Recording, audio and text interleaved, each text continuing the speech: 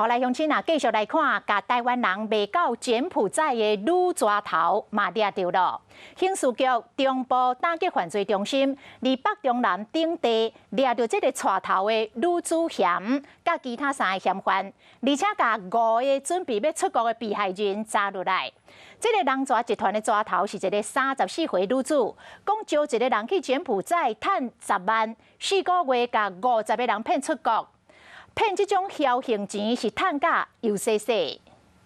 34岁张小姐为外交部领事事务局护照办刷行出来，随后警察给铐起来，因为伊涉嫌人口贩卖含诈欺。警方是侦办这个人口贩运人蛇集团的案件，你们是要来办护照的嘛，对不对？张小姐后壁缀几个少年仔，警察赶紧甲因抓落来，就惊因防骗出国。这个人抓集团是34岁张小姐含3个人组成的，因为伫两面册社团铺文，讲伫咧柬埔寨、泰国做拍钱、电脑、博缴合法的工课，就当赚真侪钱。4个月就要50个人防骗。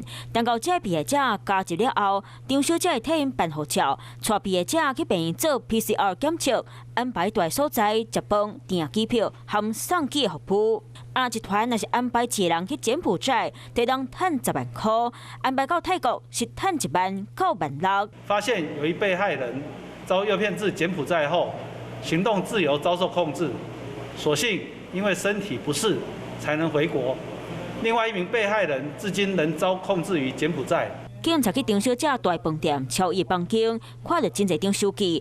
警察会发现这个人抓集团，是因为伫咧柬埔寨有一个台湾人身体无爽快，互送回国，才开始调查。而且还有一个查某人互骗到柬埔寨，打电话甲查某囝发救命，对方要求爱汇40万，才甲人放走。还有其他的共犯和主谋都尚未到案，有待追查。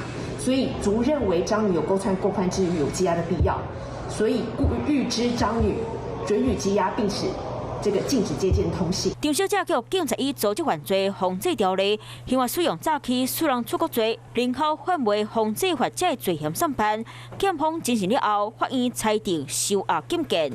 观众朋友，有一件事情不知道你们做了吗？